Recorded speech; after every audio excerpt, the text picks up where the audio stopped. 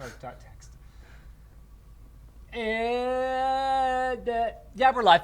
Yay! It's the WAN show. Confirm live.box or something. Oh I don't man, know. yeah, our OBS is still super duper broken, but it seems like our audio levels are okay. Yeah. So I think we are in pretty good shape to just power on through there. And the live chat is amazed that we're on time.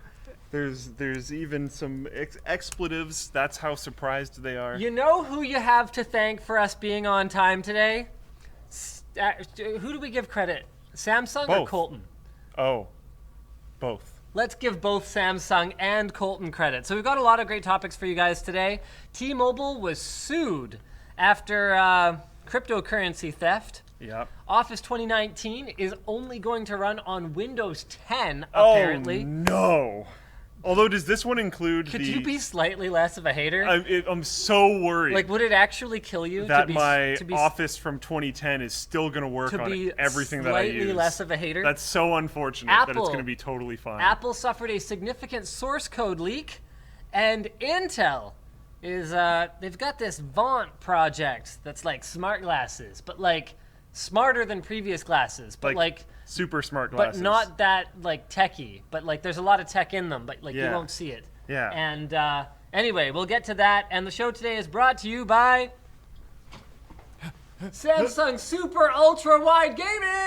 Whoa! Let's roll that intro. Do you think the intro will work? I mean, we're on time. Could the intro really work on the same day that we're on time? I believe. Yeah! It's amazing.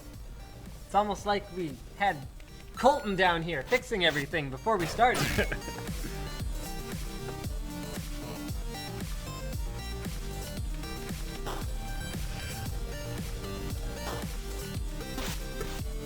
Oops, I'm trying to type http:// and I was all like http:// That wouldn't work. Why do you even write the whole thing out? Because then it automatically hyperlinks and oh, what did I just do? What just happened? No, it's fine. Everything's fine. For those of you who aren't already playing WAN Show Bingo, now would probably be a good time to start. I wonder if they already have Luke laughs annoyingly loud. That seems to be a pretty. That's like a free square. That's a freebie. Yeah. That should just be the middle square. The freebie middle square is that we're late. Is it really? I'm pretty sure. No. Oh wow. So it's gonna be a lot harder today. Get absolutely wrecked, everyone. Owned. Oh man, I feel like I only talked to you during WAN Show. We didn't even manage to do lunch this week. No, but we're doing dinner on Sunday. Are we? Oh, fun. Don't forget that. Right. That's important. Yeah, okay. You need to be there. Right. Look, I go places when I'm supposed to be at them. I'm just making sure. Can I be late? Probably. Okay. Now everything will be fine. Then we don't have a problem then, do we there, bud? That's a good call. So yeah, this is really cool. I will actually be meeting for the first time in person, and some of them even digitally, the team that has been working on Floatplane, which technically I'm like sort of in charge of, on Sunday. Yeah. And it's going to be super exciting because we are getting to the point now where everyone is still frantically working on getting this thing going. Do you know how many messages I have gotten about people like Cody's Lab having their channels disabled? Yeah. And just like generally people expressing frustration with YouTube. Yeah. And being like, yo, like, are you guys still working on Floatplane? Like, are you guys going to let other creators on the platform? Because this seems like it would be a good thing for other creators. We know we're on it, we're trying. I will say this. For the people that are already subscribed, there will be something very cool posted on the 28th. Oh, really? In text form. In text form. On the site. What are you even talking about? I'm going to announce the thing and tell them they can go use it. Oh, cool. Okay. But it's just going to be for like them and stuff. So I've, believe it or not, I'm already in touch with Cody. And we've chatted about things, and apparently the problem this time, I was watching his video. The problem this time was his video where he shows how you can make your own gunpowder by I don't know what the process is called because I'm not nearly as sciencey as Cody, so I apologize in advance for butchering a very this. sciencey dude. I love his stuff. But actually. like, I don't know. It wouldn't be like distilling because you're just taking like the leftover sediment. I think whatever something. He took his own pee and left it for like 18 months, and then extracted the nitrates from it in some way and made gunpowder, which is amazing, but technically explosives manufacturing. But I don't. But it had been up for years. Yeah, and like I kind of have a soft spot for like sciencey stuff. Yeah, because like if you had a science textbook from school, you're going to be able to figure that kind of stuff out. And like, look, he's in America. What he did was no more like what he manufactured was no more dangerous than what you could get by like hitting Walmart. a screecheroo with a hammer and dumping the contents out onto the table. Or just going to Walmart and buying it. I bet you can just buy it at Walmart. Gunpowder? I doubt it. But you can get for Oh, but you could just buy like refilling. I guess. Oh, can you just buy gunpowder? I don't know if you can. I know you can just buy it. I don't know if you can just buy it from Walmart. Buy gunpowder, Walmart. This video is not going to be monetized. Reloading equipment, Walmart. Yeah. Yeah, but it's probably black powder. Black powder, really? Which I don't think is technically gunpowder. I don't know if it would be black powder. Because I think gunpowder is technically white powder. I mean, black powder rifles are like. I am not. Yeah, so we've got Hops powder, #9, black powder gun bore cleaner and patch, lubricant. We got a powder coated thing. No, I don't know. I don't think they sell it. Okay. They've got cleaning stuff for black powder. I think black powder is a fair bit easier to obtain. I don't remember exactly what the difference is, but still goes boom. Something matters. It does go boom, but in a different way. Yeah. In a different way. Yeah. So anyway, we've had a lot of people contacting us about it. Right. So where was I going with this? Yeah. Right. So it's technically explosives manufacturing, but in the same sense that when I crossed the border and didn't declare the shut up.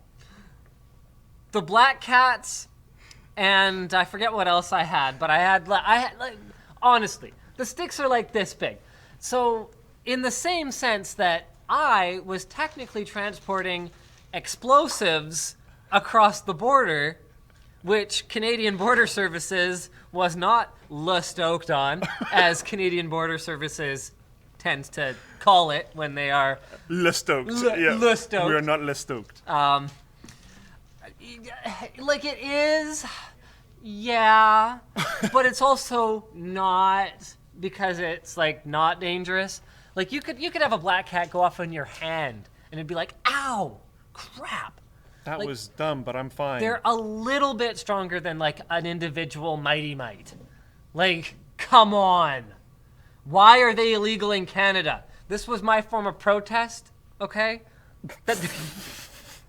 I was protesting. Samsung is not going to be impressed with this show that they're tuning into at this point. Colton's like, you guys, Samsung's watching the show. Oh, jeez. But that's okay. This was my form of protest, okay? Yeah. And they were like, you know we can keep your car, right? And back then, my car was worth at least a few $100s. And I legitimately couldn't afford to just, like, replace it. Yeah. Whereas now, the replacement cost on my car would be significantly lower than that. Yeah. So I was like, oh, really? I could actually... Have you ever felt the blood drain out of your face? Yeah. And I can completely imagine how in that moment that would happen. I felt the blood drain out of my face. And it was not a good thing, okay? It was not a good thing. To be fair, usually in moments like that, for me, it's the opposite. I usually feel just like... You go flush. Yeah. Interesting. Okay, so I'll get that with anger, but not with fear. I think my response is usually similar. Okay. Yeah, so for me, the fear response is the blanching. I think it's called blanching. Sure. And then the angry response, I'll get like the headache. Like the throbby headache. That's the only one I get. It's like, I don't get scared. I just get angry. Well, I think Luke it's... Laffer, 2018. Part of the response, though, is part of that is flee, right? Fight or flight? What? I never realized that one of your defining characteristics is a loud, obnoxious laugh. Yes. And your handle is Laugher. Is your name abbreviated to Laugh? Yeah. Was that because your gaming buddies hated your laugh in their microphone ears? It is literally partially that. It's wow. Also because that's just my last name short. Right, but that's the double entendre yes, Yes. You know what? Sorry, Samsung. We're ending the show now because that's enough knowledge bombs for one WAN show. Forget it. I'm done. The whole chat is just like, wow. Can you tell there's no news this week? Actually, you know what? We do have something really important. News. Okay, let's actually do a news topic. Yeah. The greatest news, the most important news. Yeah. This is actually kind of a big deal. Okay. So I don't actually know if this is in the doc, but this is right off of the creator blog. So the source for this news topic is actually our YouTube rep, who was like, so... Can you post that in the chat? You should probably be aware of this at some point. I think we're at 5. No, it's not. It wasn't like that. It was just like you should know what's going on. You guys should know what's going on because hey, we're trying to do a better job of communicating with creators and being more transparent and all that stuff. And like it's it's really cool that we have a creator rep now because for a long time, even when I thought we were kind of big enough to justify one, we didn't, but we do. So, honestly, I'm going to read big chunks of this at a time because you guys probably aren't going to go off and read it. And the message is really, really important. So the title of the article on the blog is Preventing Harm to the Broader YouTube Community. Because honestly, a lot of the reaction to some of the creators recently, whether we're talking Spider-Man and Elsa crap, or whether we're talking about people who are promoting hate, or whether we're talking about people who are creating content that is culturally insensitive and just straight inappropriate. There have been a lot of reactions from YouTubers that honestly, I have to confess, I never felt this way. Yeah. I never really felt like I was being lumped in. And did you? No, okay. I think we've had a pretty good reaction. So I never felt like I was being lumped in with destructive or hateful creators. With tech YouTube. That's true. But we are sectioned off. I got referred to as a tech bro for the first time actually a couple of weeks ago, and that was enlightening for me because I'd never heard the term before. Apparently, I haven't heard tech bro, but I do know that we're in the tech side. Okay. We are fairly segmented. So we don't really feel anyway like we get lumped in with the broader YouTuber community, but there were a lot of reactions from people going like, whoa, hey, hold on a second. I'm getting a lot of vitriol. I'm getting a lot of negative feedback here. Not all YouTubers are willing to or feel like it's right to play this game where it's all about the shock value for views. Yeah. In fact, a lot of us really want nothing to do with that. Please do not lump us in. But the reality of it is that as soon as, whether it's a really dangerous or a really hurtful prank, or whether it is something like the incident in Japan, when that kind of stuff hits the mainstream media, and I mean mainstream media not as like a derogatory term, I mean like TV. When it hits people who don't live and breathe online video content like we do, I can see how people might generalize. Oh, it's another YouTuber in the news. It's easy to do that. Doing something stupid for views and for money. Yeah. Right? So I get that. And so ultimately this is YouTube's reaction to this. Recently we faced situations, like this is not an isolated incident, so they had to do something, where the egregious actions of a handful of YouTubers harmed the reputation of the broader creator community among advertisers, the media industry, and most importantly, the general public. And in light of this behavior and our commitment to tighten our policies and communicate them more quickly and transparently, Double thumbs up for me for that. Thank you. That sounds good. We're introducing new consequences to apply in the rare event when one creator's actions harm the entire community. Because in the past, pretty much all they could do was issue a strike for a copyright violation or a violation of the community guidelines, or they would pull the monetization usually just from an individual video where something got reported and was reviewed by a human and found, or even not reviewed by a human for the last little bit. That's been a whole other fiasco. And they would pull the monetization, but usually just from one video. So now they're saying when one creator does something particularly blatant, like a heinous prank where people are traumatized, or they promote violence or hate, or demonstrate cruelty, or sensationalize the pain of others in an attempt to gain views or subscribers, that can cause lasting damage to the community, including viewers, creators, and the outside world. So they're saying that's why they want to make sure that the actions of a few don't impact the 99.9% who use their channels to connect with fans and build a thriving business. And even though I didn't think about it initially as us being lumped in with, other YouTubers, in much the same way that, a talk show host might not necessarily have gone, because, back in the early 2000s when Tom Green was kind of running around doing crazy stuff. Or, you look at, guys like Bam Margera from, he joined Jackass at some point. I think I knew him when he was CKY or something like that before. I don't know. Whatever their group was called before that. One of my friends had, it was a VHS. Anyway, one of my friends had one of their tapes, and I had kind of watched it and gone, oh, okay, I guess you're into that. That's cool. I never really got into it. But anyway, the point is, I can see, while some other talk show hosts might not have gone, oh, I'm at risk of being grouped in, that doesn't necessarily fly with YouTube, and it did seem to be happening. So, I'm glad, as one of the 99.9% who do use our channel, I feel like constructively, I'm glad that they are doing this. So here is the stick that they're brandishing, because ultimately it's not like any of these community guidelines or advertiser-friendly guidelines for monetization are new. It's just that they didn't really have a thing they were going to hit you with if you didn't adhere to them. Yeah, sorry, everyone. That was probably terrible. My bad. So number 1. Premium monetization programs, promotion, and content development partnerships.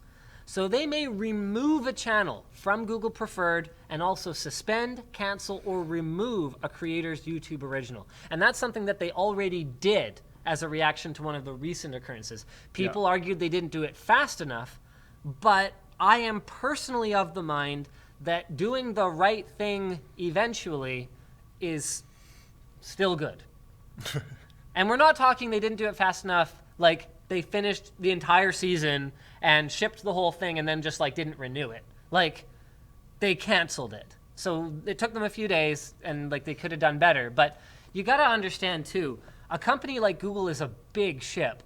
When you are trying to make a decision giving the boot to one of your top creators, there's multiple people. Maybe people are traveling when the whole thing goes down, and they gotta get back to the office to talk about this. I know stuff. you're being vague for a point, but you even lost me slightly here in terms of which program was canceled. Logan Paul, his YouTube Red. I didn't even series. know he had one. Yeah. Okay. Yeah. Cool. Okay. Number 2. I had no idea.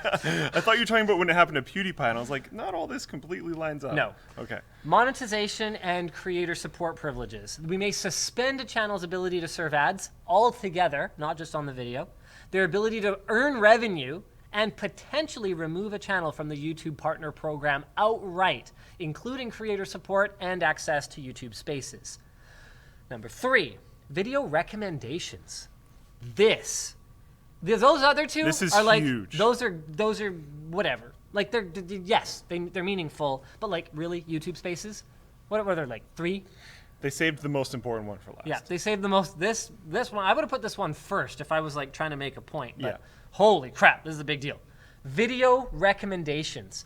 We may remove a channel's eligibility to be recommended on YouTube, such as appearing on the homepage, trending tab, or watch next. That's you're done. Whoa. That is basically a shadow ban. Would be the closest parallel? It not directly, but sort of. The amount of people that go directly to people's channels to watch videos is low. Even if you're like, oh, I do that, you're probably in the more hardcore of audiences. It doesn't happen that much. The other thing too is that especially as you okay, so to the layperson, the average person, a big subscriber number seems really important on YouTube. Like, I'm actually in the process of, you know what, I want to be intentionally really vague here. I'm in the process of either trying to sell or buy a YouTube channel right now. And the person that I'm either trying to sell to or buy from is attributing a value to this particular asset. Don't worry about it. Do you well, I know what's going on. Oh, okay. But that's just don't worry about it. Vague to the point of like being aggressive. Okay. All right. Okay. So they're trying to attribute a value to this item that is all kind of around the subscriber number. And I can see how to the average person that would make sense. And on the low end of the scale, like when we're talking the first 1,000, first 10,000 subscribers, yeah, that actually matters. Yeah. A channel with 10,000 subscribers is an order of magnitude more valuable than one with 1,000. Yeah. And that's maybe true of 100,000, but probably not. We're probably losing. We're probably hitting the tailing off of that. And the reason for that is that subscribers, they're not actually that loyal of watchers, which is a combination of YouTube's algorithmic way that they serve videos to them and people just like moving on, like in their lives. Like there's people who subscribed to Linus Tech Tips literally 9 years ago. Yeah. Like they subscribed when they were 15 and they are now 24. Maybe you still watch. Maybe you do. And that's super cool. But maybe in the time between grade 9 or 10 and graduating a university or college or trade like program. Potentially having a baby. Potentially having a child and a job. Maybe at some point in that time, your interest faded, you just kind of stopped watching, YouTube stopped serving you the videos, and you just didn't care. And that's fine. So once you reach a certain scale, what ultimately drives viewership, and I'm talking like more than half for big channels that depend on virality and sharing, and especially if you depend on virality and sharing. There's some channels that'll have multiple videos that are over 1 million views, but they have like 20,000 subscribers. Yeah, and especially if you've been taking advantage of some of the recent algorithmic tricks, like creating feedback loops between yours and your brother's channel. Say, for example, it was very effective. If you get dropped from recommended, that ultimately stops the chain reaction. And it's like really you sell things your growth. only out of a brick and mortar store, and That's they took right. your store away. Like And you might still be able to sell some things to people that are gonna like go through the process of going to your house. Or like, you know what? No, hold on. Your store's still there, but you can't find it in the phone book or like on the internet, and anyone who shops at it isn't allowed to tell anyone about it. Yeah. Like, yeah. Literally just foot traffic. So that's really, really interesting and a huge move from YouTube that I think is you know what? I don't know if I could say anything more supportive than what I've said, which is why I'm going to get into the stuff that's maybe a little bit not as supportive.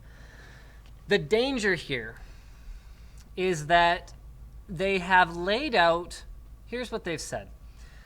When one creator does something particularly blatant, like conducts a heinous prank where people are traumatized, promotes violence or hate towards a group, demonstrates cruelty, or sensationalizes the pain of others in an attempt to gain viewers or subscribers, we are going to create this. In rare instances, they do say, we created this broader set of tools that can be used more quickly and effectively than our current system of guidelines and strikes.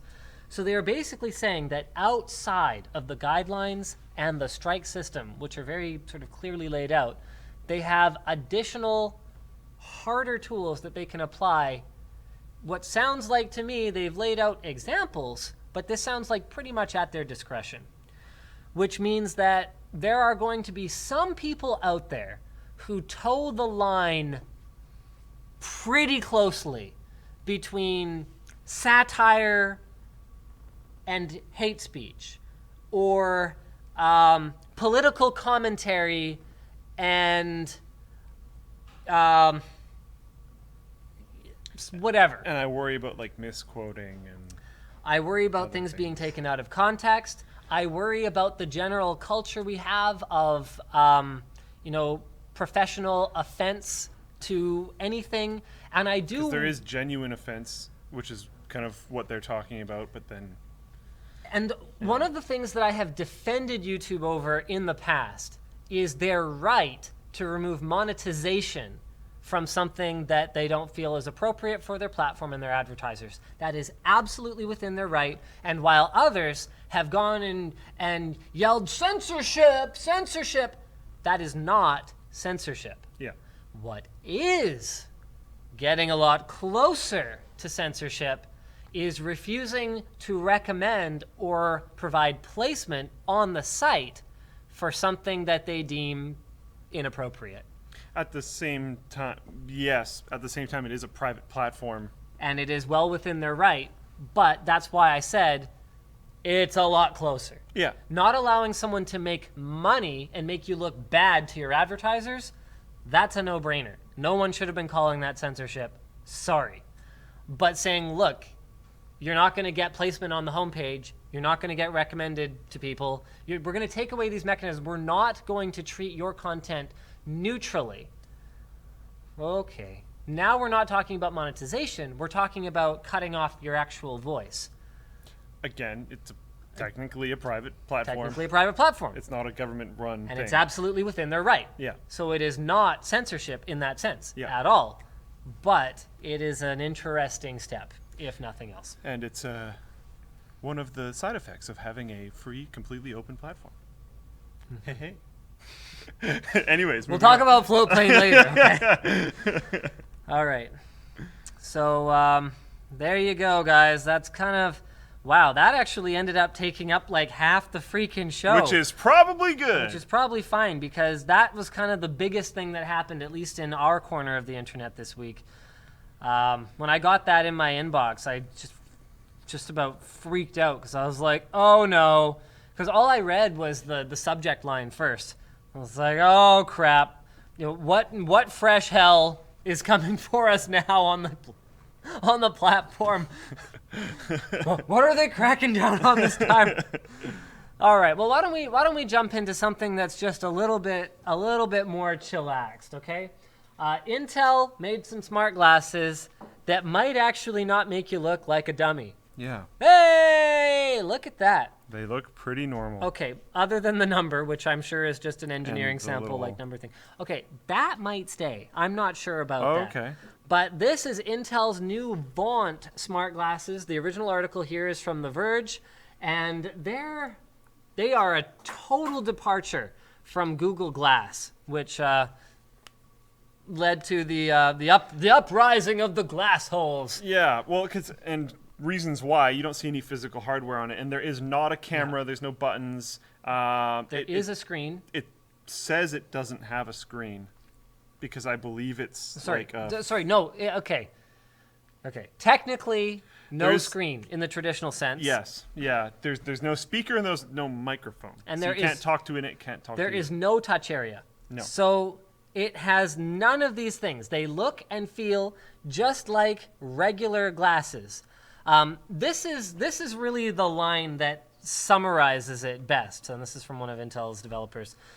We really believe that it can't have what they're calling a social cost. Can you imagine the focus group that sat around and coined the term social cost? Yeah. How many of the things you do have a social cost, Luke?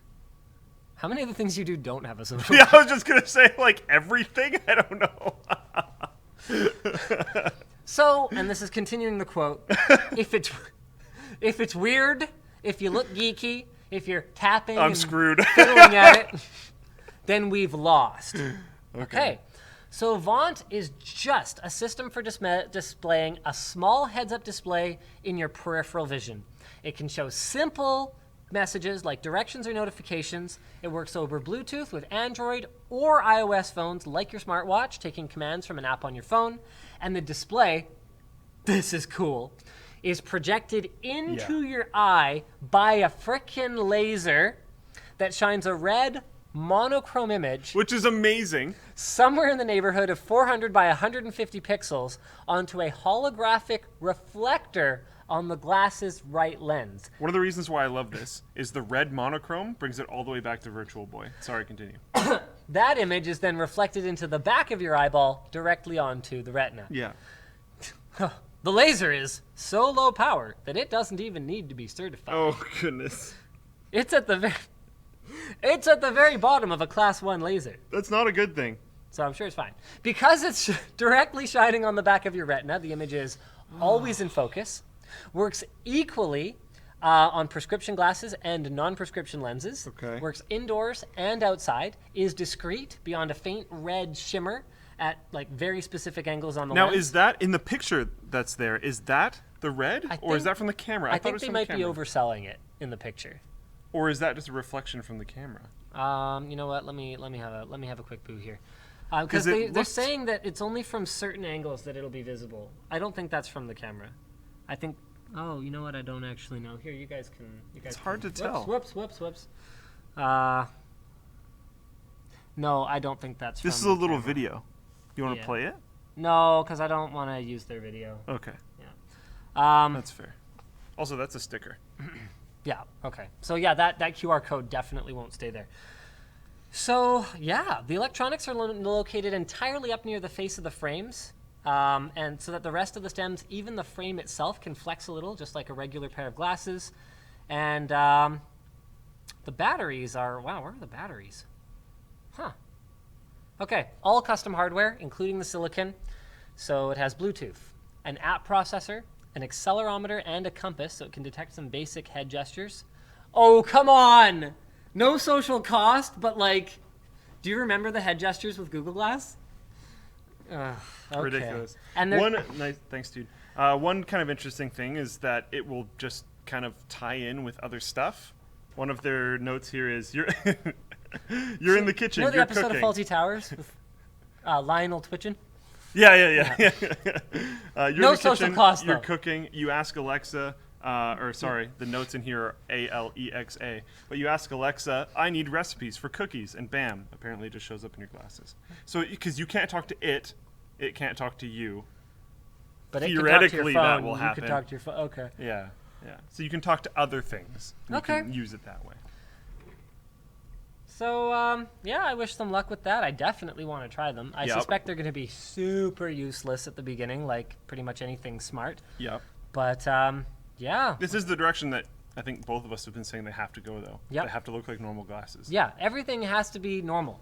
Yeah. Like your smart, like, you know, all these like fitness trackers and sleep trackers, like until I can put it on and wear it for a week without taking it off at all, it's not collecting anywhere near enough useful data, and it should take like half an hour to charge. Like, it has to actually become part of your life. Yeah. Speaking of becoming part of your life, this episode of the WAN Show is brought to you by Samsung! We actually have to like move out of the frame to show this entire monitor. This is a Linus for scale. It's huge! So this is their 49-inch CHG90. This is a QLED monitor, and it is the largest gaming monitor on the market at 49 inches with a 32:9 aspect ratio, and it is equal to two 27-inch widescreen monitors put together. Like, remember, guys, we have seen wide monitors that are like two monitors put together before, but they were like two 5x4 monitors. Yeah. Now we have two widescreen monitors with no bezel whatsoever, and it's got an 1800R curvature that gives you a very immersive feel. So, like some curved monitors didn't need it. This one did, and it works really well. So things people could use it for. Actually, we've had this demo running pretty much the whole time, but Yeah.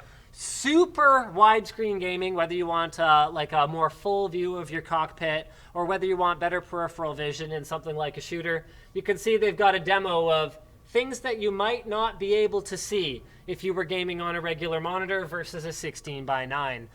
For me, looking at something like this, I go, yeah, productivity. because I'm a big fan of, well, first widescreen. So first 16 by 10. Yeah. Then I grew to like 16 by 9 once the monitors got bigger. And you had to because there's no more 16 by 10. Then when they went wider, I was a fan of that.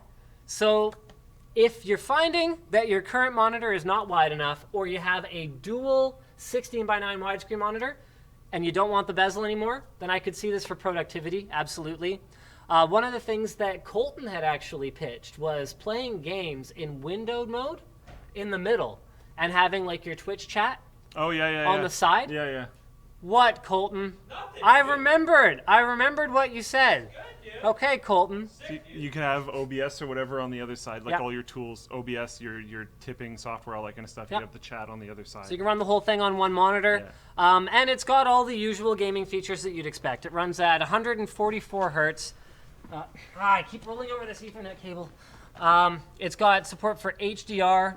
It uses quantum dot technology, which basically gives you better color reproduction and better contrast. It's got AMD FreeSync 2, which I think the in a nutshell version of that is that it's FreeSync, but with like HDR. And then I think like better FreeSync ranges and stuff. Like AMD's FreeSync standard is a little loosey-goosey. So FreeSync 2, I think, basically means FreeSync with HDR. I know it's HDR, yeah. It features 1 millisecond response times. And to celebrate Samsung's appearance on Twitch, oh, this is cool. All Samsung gaming monitors, including this one, the 49-inch QLED, are on sale from now until February 24th. Just go to link.twitch.tv/Samsung and check it out today. So thanks to Samsung for sponsoring this episode. And also Twitch for featuring us on the freaking front page there. There's like 26,000 people watching. That cranked up average viewers just a little bit. I got the pressure on me right now. I got pressure on me. I don't know what you're talking about. Just come over here and do it. What's your problem, Colton? What's your problem? Can we move this at all? Well, you can move it a little, but you're probably killing everybody's ears right now. It's fine, A Twitch staff just sent us bits. Hey! No way! That's freaking awesome. Is that bad? Yeah. What is going on with this? I don't know. The filter's not in a good spot. You're killing me, anymore. Colton. I think it's fine. I don't think it does anything from this distance anyway. All right. So, don't touch the mic. Don't touch the mic. All right. So let's move into some other good stuff here. Okay. I'm sorry. I know this is a real downer for you. What? I'm really sorry to bring this up. This was originally posted by Ryan Vickers on the forum, and Office 2019. I'm heartbroken. It's going to ship in the second half of 2018, which makes perfect sense, of course, already. It does. Yep. And it will only be available for Windows 10. That just bugs me. It bugs me too much. I can't handle it. So this is what I want to know. Okay. Okay. You first. Okay, so we have Office 365 subscriptions for our office. Yeah. So it's always like installing these updates. What do they do? And I'm not trying to be a jerk or anything, but literally the only thing that has changed about the Office installation on my computer in the last year has been that now when I go to open it, a lot of the time it just crashes instantly and doesn't open. And I'm not the only one in the office having this problem. And it's gotten better in the last few days, but they didn't apply an update, so I don't know what's going on. I don't know. What also, is it? like, it's Word and Excel, so... What is it that fine. Office doesn't already do? Yeah. We are also... Okay, we're not power users. Yeah. And especially of Excel, I'm sure there's people that are like, I want this new feature, because Excel is a really deep, powerful program. Yes. But I don't know, man. Anyway, okay, fine. Let's go through our talking points here. An update by Microsoft on the 1st of February noted that it will arrive and it will only run blah, blah, blah. Microsoft says, software that is more than a decade old and hasn't benefited from this innovation is difficult to secure and inherently less productive. It's definitely not less productive. It's way less productive to use Windows 10. As the pace of change accelerates, it has become imperative to move our software to a more modern cadence. Okay. I can understand. Part of this is Okay, this They're is cutting off interesting. all the other ones? Because that sounds like they're talking about Windows 7. It won't be shipping with the older MSI installer. The apps will Okay. all use the click-to-run installer, which is commonly used by Office 365. Here's a gripe about Office 365. Wow, Microsoft is going to be taking a beating during this particular thing. So it's not because I'm an idiot. If I set some time aside to deal with it, I'm sure I could figure it out, and it wouldn't take me that long. But I have a Skype account. But Skype and Skype for Business shouldn't be called, they shouldn't both have Skype in the name because they are completely different pieces of software. Oh, yeah. Running on completely different backgrounds. Yep. Or backends for completely different purposes, other Yep. than that they're both for communication. So I have a Skype account. And I have Skype for Business on my computer because it is installed with Office 365. Now here's a problem. On my desktop, Skype for Business automatically launches every time I turn on my computer because like I had to use some external company that I had to have a call with, use a Skype for Business, and that was the only thing they could use. So I had to get Skype for Business. Discord's really hard. Never ended up actually like Nobody getting logged into understands Discord. it because that was when I figured out this whole, oh, that account doesn't work for that one. Okay, I guess I'll, okay, I don't know what to do. And for some reason, my account that I used to log in for my admin console, that doesn't work for it. So I just wasn't sure what it was. But it's set to automatically launch, and Skype, I don't know if you've ever encountered this, doesn't allow you to change any settings of the program, including auto launch preferences, unless you log in. Yeah. So every time my computer restarts, because of an automated Windows update, even if I didn't want it, thank you very much. And I know I could change. I know I could change. I know. But updates are actually important. They are. Every time I do it, Skype for Business launches, and you can't just right-click and then close Skype at the bottom. You gotta like right-click the thing and quit Skype. Are you sure? Yes, I'm. Are you sure Yes, you want I'm to quit sure. Skype? Yes, I'm sure. So that's a complaint about Office 365 that I'm sure there's an easy solution to with a registry edit, but I just haven't had like. Every time my computer reboots, reg edit it. I'm like, oh, I need to like do something. Like I sit down on my computer because I have to use it, not because I feel like tooling around with Skype. This is my work computer. Anyway, so, My thing is just the constantly reinitiated telemetry stuff where you turn it all off and then they're like, Windows Update, it's back on, get owned, is pretty annoying. there's some new telemetry stuff where they're like telling you what they're sending or something. But I haven't they're looked still into doing it, it. but John did a fastest possible. They're on just still doing it though. it. So there's that.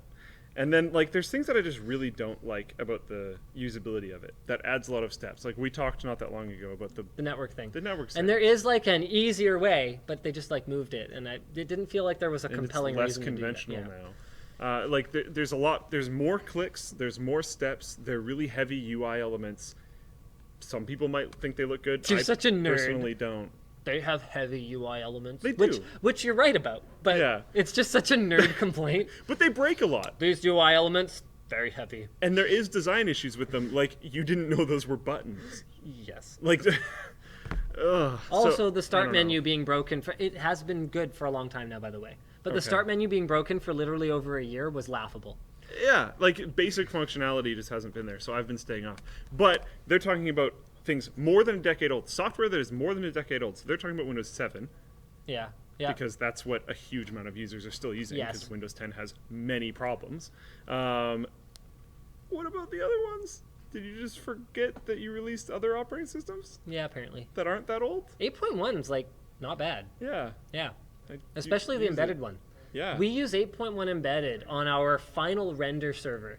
The one that actually has an overclocked 10-core Extreme Edition in it because that's server grade. And water cooling in a 2U. Don't worry about it. Anyway, the point is, fine. we use 8.1 embedded. I don't think that machine has ever failed an export. No. The embedded versions are awesome. And then the like Yeah. proper chopped down version of Windows 10, they don't want you to buy it. You have to Yeah. be on a subscription. You're only allowed to get the Well, it was the subscription same with if you're a 8.1. business. It was almost impossible to get it. Yeah. The only reason we got it was because we know someone who knows someone who obtained a key. Yeah. It is what it is. I mean, by and large, The best version of their operating system, they're just like, no, you guys don't get it. by and large, we run legit versions of Windows. We have Office 365. Microsoft gets a ton of our money, but maybe this will get me in trouble, I guess. But on that one machine, I am running a copy of Windows that I didn't buy because I can't buy it. Right. Yeah. If they were willing to sell it to me, I would gladly pay for it. Yeah. Anyway, let's move on. Key iPhone source code leak gets posted online in, and I quote, the biggest leak in history. Oh Dun, my. dun, dun. The biggest leak in Apple history? So the source code for a core component of the iPhone's iBoot. operating system, iBoot, was posted on GitHub. So here's the implications.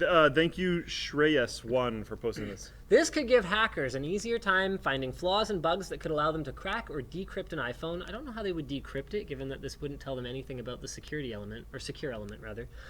Could eventually allow advanced programmers to emulate iOS on non-Apple platforms. That would be so helpful. That would be freaking awesome. Oh my god.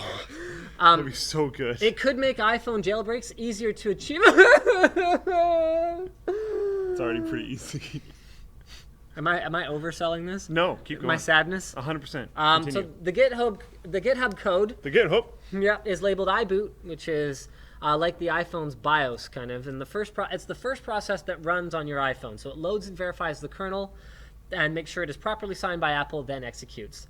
The code says it's for iOS 9, but portions of it are likely still in use in iOS 11. I mean, you look at you don't rewrite an operating system from scratch from one year to another.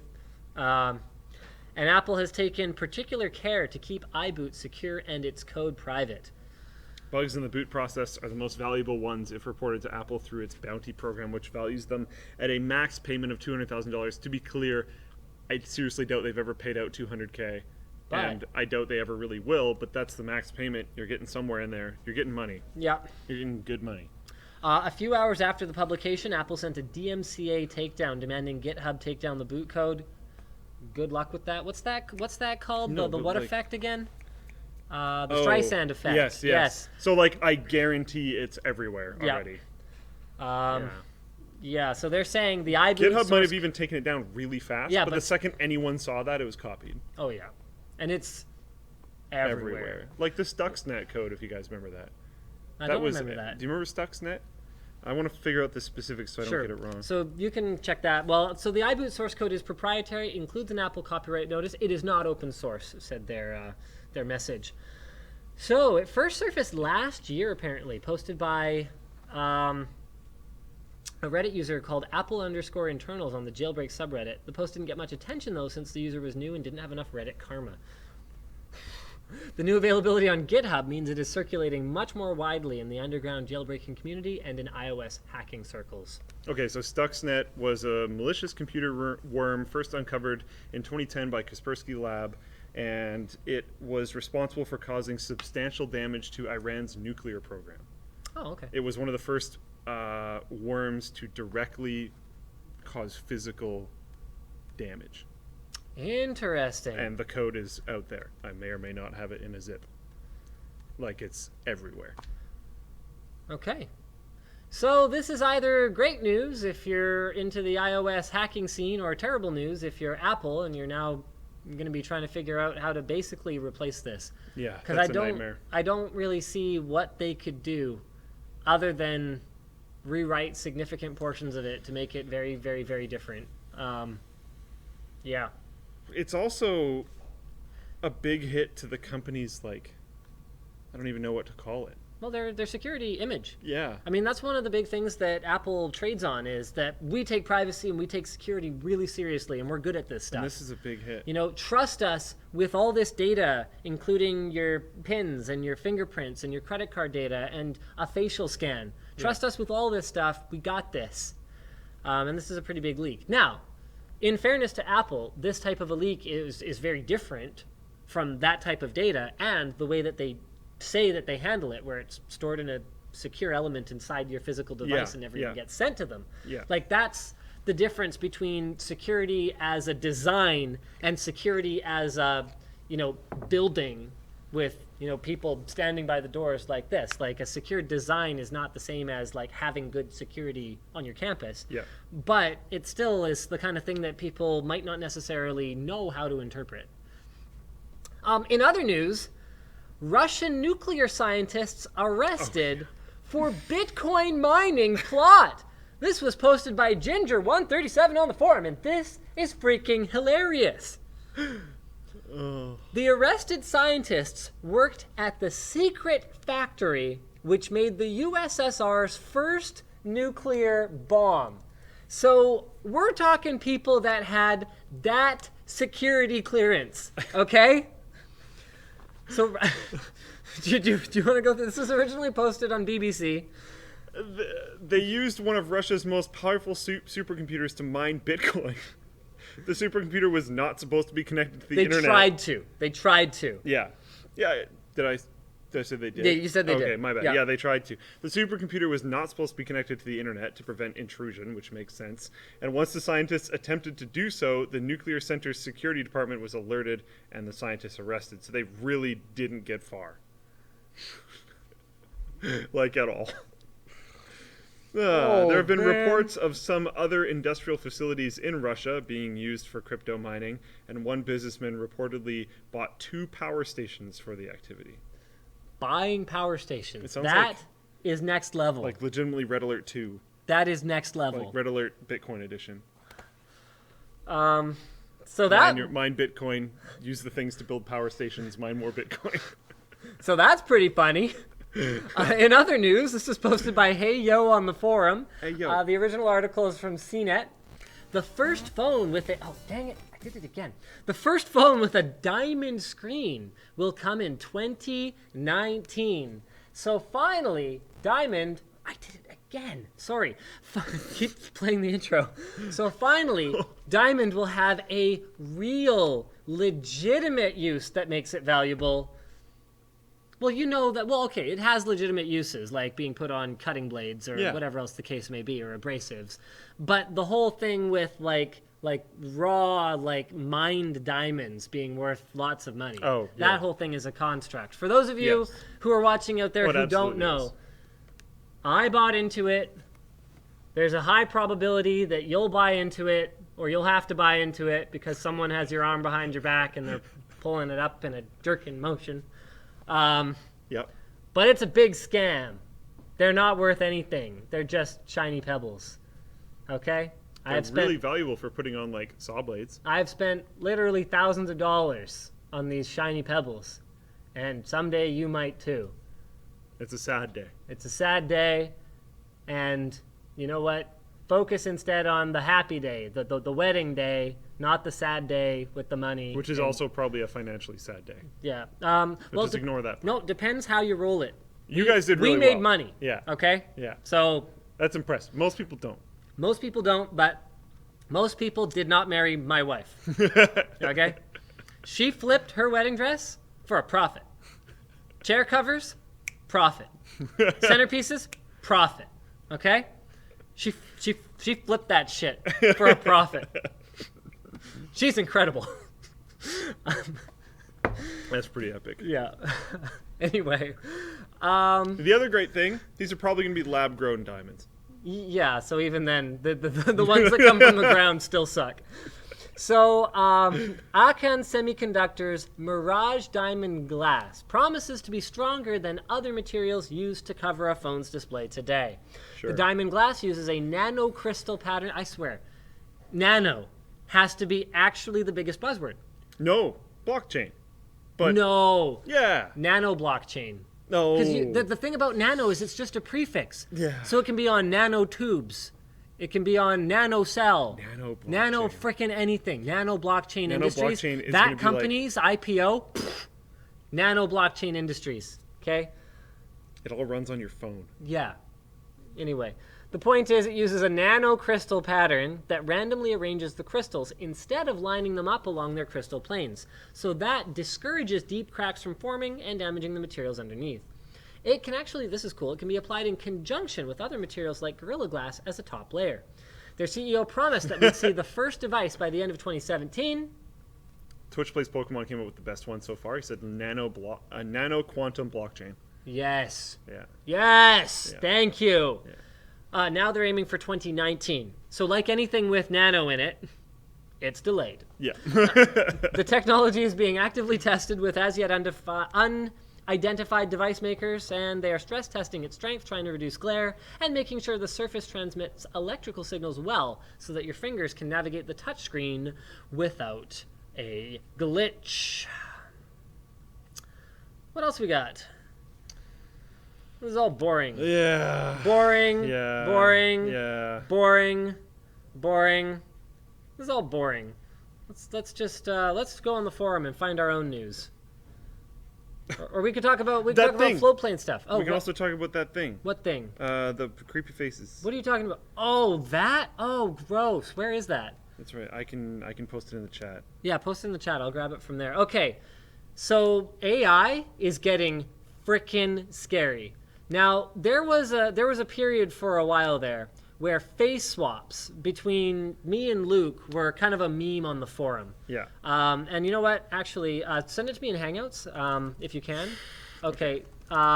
Then post it in the chat, and I'll try and grab it. I'll try and grab it. I can. Where is it? Have you posted it in the chat yet? No. Oh, okay. I'm loading up Hangouts right now. Okay, perfect. That works. So let's load up some Linus and Luke face swaps, because this was some creepy stuff that was going on for a bit there, and it's pretty scary. So, here's one, like that. That is some gross face swappage right there. No offense to you, but I'm glad I don't have your face. Yeah, no, yeah. Like, as long as I think it's like always worse in that direction. Wow, like none of them are showing up. They're a little old at this point. It was really trendy in like probably late 2013, early 2014. Huh. Yeah. Really? Face swap this picture? It's probably the same one.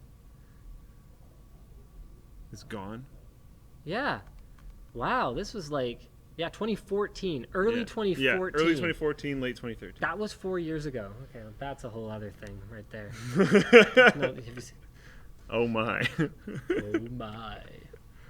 Okay. Well, all right. Anyway. So, thanks to deep learning, face swapping is no longer limited to still images. Did you post that in the chat? I sent it to you. You sent it to me? Okay, cool. Let's get this. I can put it in chat. No. Hold on. Okay. Which one? Both. The first one first? Okay. Yeah. Here we go.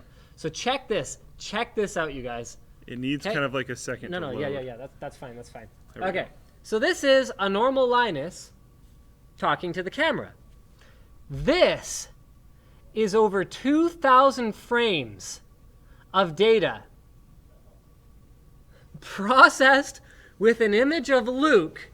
So it's what is it? It's 2,000 frames. It's modeled, and then it's like processed over top to swap Luke's face onto my talking head. Now, I think we showed on the WAN show a little while ago. Hold on, one quick thing. Yep. Someone using some footage of George W. Bush just kind of sitting still and like nodding along and moved his mouth and made him say stuff. Yeah. So this is a very similar technology to that. So how does this work? So he says, I trained my model using 2,000 plus images each for you and Linus, pulled frames from Floatplane and YouTube videos to gather all the data, and trained my GTX 970 for 36 hours. It's just a 970 for 36 hours and a whole bunch of photos. Okay, there's another one. It's Check the this other out. way around, yeah. Yeah. So let's pull up the Linus and Luke one. Actually, here, you guys can see them side by side here. So this is my face onto Luke. It is a surprisingly convincing effect.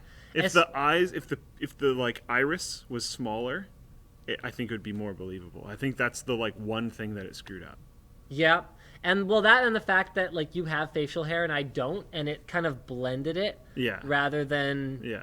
It did. Okay, I think it actually did a pretty good job of that. It just looks unnatural for that face to have facial hair. I think. It looks like this person should shave. Yeah. More than the other one. And like you can tell like these lines are higher up on your face, so it looks a little weird. Yeah. But like if I'd never seen either of us, I'd have gone like, okay, yeah, that's a dude. Especially at like kind of blocky web streaming quality. Yeah.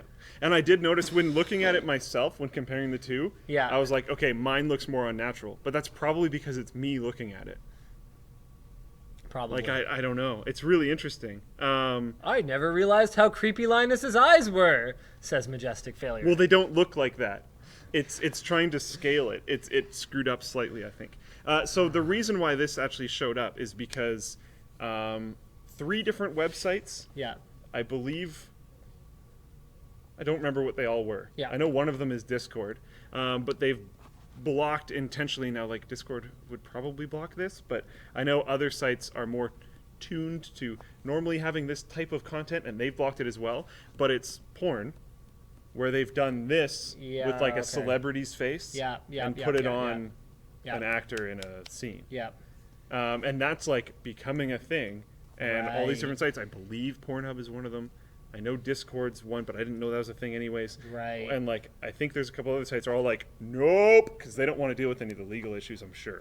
Well, yeah, And especially because like, guys, even ignoring the like, I forget if it's defamation or libel or slander. Yeah. Like they're all slightly different. Like one of them's written and one of them's spoken or blah blah blah blah blah. I think slander's spoken. Anyway, the point is, aside from being sued for damages over that, celebrities, especially like Apparently they're called deep fakes. like Like deep legitimately learning fakes. legitimately famous ones, they often are able to claim that their image, especially if it was pulled from a copyrighted work, is their IP. So, and you'll have a little bit, because like with some of these things, it's community contributed content, so they're protected to a certain degree, but they have to get rid of it really fast. yes. So they're trying to put fairly heavy-handed, which is fair, not heavy-handed in an unfair way, heavy-handed in a this is definitely how they should do it way, rules in place to try to stop these things. Right. All right. So I think that's pretty much it for the show today. Thank you to all the I can legitimately say for the first time, tens of thousands of you who are watching. Thanks to Samsung for sponsoring the show. And we will see you again next week. Same bat time, same bat channel. Bye! Oh, dang it. I meant to roll the intro. Goes in with Floatplane! Oh, crap. Stop it! We're back! Floatplane, we're back. Whoa, hey, how's it going? Hey. Yeah. Hold on, we got some cool stuff going on the Floatplane. Floatplane! It's gonna be a floatplane! Floatplane! Everyone's asking about the SpaceX launch. It was amazing. You should just go check it out. All right. So we actually did a piece of content for like real actual professionals. Oh. Interesting. Modeling and CAD design, which I know is redundant. Do you really need a Xeon and a Quadro? That's cool. We investigated it. Lots of benchmarking, lots of testing, lots of work. Good piece of content. Make sure you watch it. Did you like work with someone else on it? Alex. Okay. Yeah, don't worry. That's fair. Yeah, Alex did it. Yeah, okay. Shut up. All right. Gaming at 120 hertz on a TV. So a lot of people don't know this, but there are TVs out there already, ignoring NVIDIA's BFGDs, that can run at 120 hertz with very low input lag. So we tested out one of them and talk about the experience. LTT, computer that self-destructs if it's hacked, which is actually not clickbait. Oh. It actually self-destructs if you tamper with it through would software, know? physically. If it's a successful hack, by though, moving it's it wouldn't pretty know. it's pretty hardcore. But if it's a successful hack, it would have no idea. Okay. So if you fail at hacking it, Yes, you then don't get it's- another chance. Okay. It's All gone. right. All right. There you go. This one's pretty fun. This is the Mystic Space Warrior PC. Can't call it Jedi because. What? Mystic Space Warrior? Shut up. No, I got you. At first, I was just like, what? And You should call it Laser Sword Space Warrior. Gabe N. Jr. here, who's actually Anthony. That handle has been pushing me for retro content, to do more retro content for a long time. So we've got one piece coming up. This is the SD2 SNES. So it's exactly what it sounds like. SD card to Super Nintendo adapter. And we've actually got another one coming that I don't think is up yet. that is pretty flippin' cool. So that's is that still under embargo? I think it's under embargo. Forget it. And then finally, this is one of the coolest videos that we've done this year. Maybe one of the coolest videos we've done ever. We went and checked out a real nuclear fusion prototype reactor. That's cool. Yeah, so they're in Burnaby, of all places. Of course. There's so many crazy things in Burnaby. Of course they're in Burnaby. Okay. So yeah, another video we have coming very soon, but that isn't up yet, is on the Super NT from Analog. They basically reverse engineered the hardware of the Super Nintendo. Super sick. Which is really cool. So you can run SNES games in hardware on it. It's not emulation. Yeah. So we've got a review coming of that. Yeah. All right. Okay. We're gone for real this time. Bye. Bye.